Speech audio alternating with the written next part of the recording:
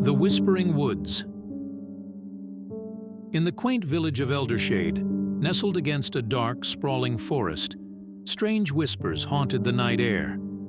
Stories of the Whispering Woods were passed down through generations, warning children to stay away. Few believed the old tales, but those who did never dared to venture into the woods after dark.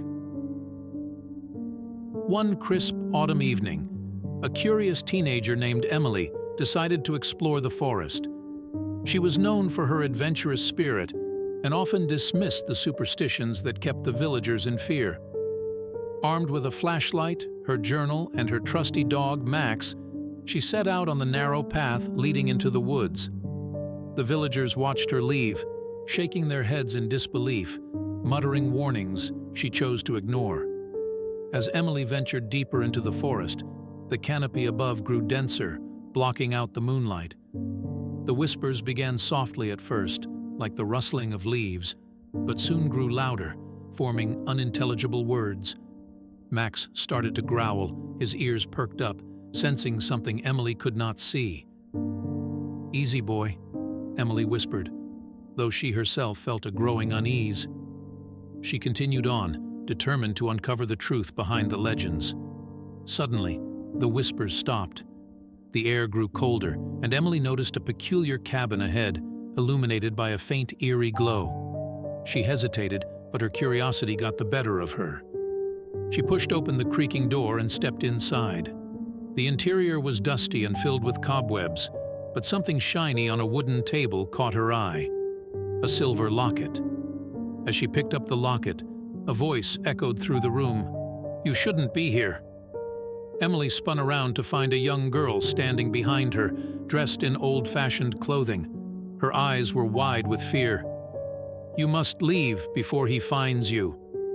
"Who?" Emily asked, her heart pounding. Before the girl could answer, the cabin door slammed shut, and a menacing laugh filled the air. The walls of the cabin began to close in, and the whispers turned into screams. Emily clutched Max tightly and closed her eyes, hoping it was all a nightmare. When she opened her eyes, she found herself back at the village's edge, the forest behind her. The villagers rushed to her side, relieved but confused. "You were gone for days," one of them said. "We thought we'd lost you." Emily looked down at her hand, still holding the silver locket. She opened it to find a picture of the young girl she had seen in the cabin. "Who is she?" Emily asked. The villagers exchanged uneasy glances. "That's Lila," an old woman finally spoke. "She disappeared into the woods 50 years ago. They say her spirit roams the forest, warning those who dare to enter." Emily's blood ran cold. She glanced back at the Whispering Woods, now eerily silent. As she turned to leave, she heard a familiar whisper. "Thank you." She froze and turned back, but there was nothing there. Over the next few weeks, Emily couldn't shake the feeling that something was watching her. She often woke up in the middle of the night to faint whispers, but each time she checked, she found nothing. One evening, she decided to visit the village library to learn more about Lila and the history of the woods. The library was a small, dusty building filled with ancient books and scrolls. Emily spent hours combing through old records and journals. She discovered that Lila had been the daughter of the village's previous mayor, and her disappearance had caused a great scandal. Rumors hinted at a dark secret involving a mysterious figure known as the Whisperer, who was said to lure children into the woods, never to return. Determined to find answers, Emily visited the old woman who had recognized Lila's picture. The woman, named Agnes, welcomed her into her home and shared what she knew.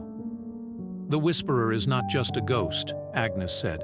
"He was once a man, a sorcerer who sought eternal life. He performed dark rituals in the forest, sacrificing children to prolong his existence. Lila was one of his victims." Emily felt a chill run down her spine. "But why did she appear to me?"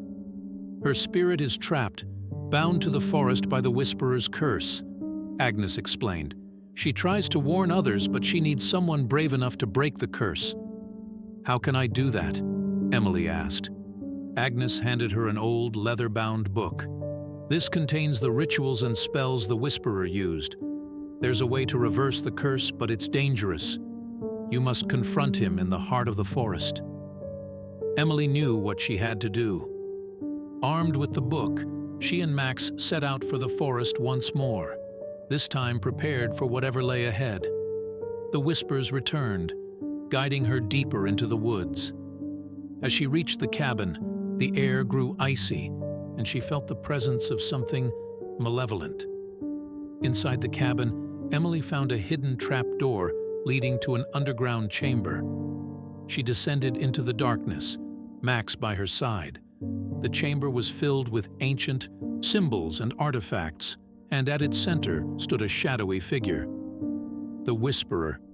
His eyes glowed with an unnatural light, and his voice was like nails on a chalkboard. "You dare to challenge me?" Emily's hands trembled as she opened the book and began reciting the reversal spell. The Whisperer laughed, but his expression soon turned to rage as the symbols around them started to glow. The chamber shook, and a blinding light filled the room. When the light faded, the Whisperer was gone, and Emily found herself in a serene forest glade. The air was warm, and the whispers were no more. In the center of the glade stood Lila, her expression one of gratitude. "Thank you," Lila said, her voice clear and sweet. "You have freed me and the others."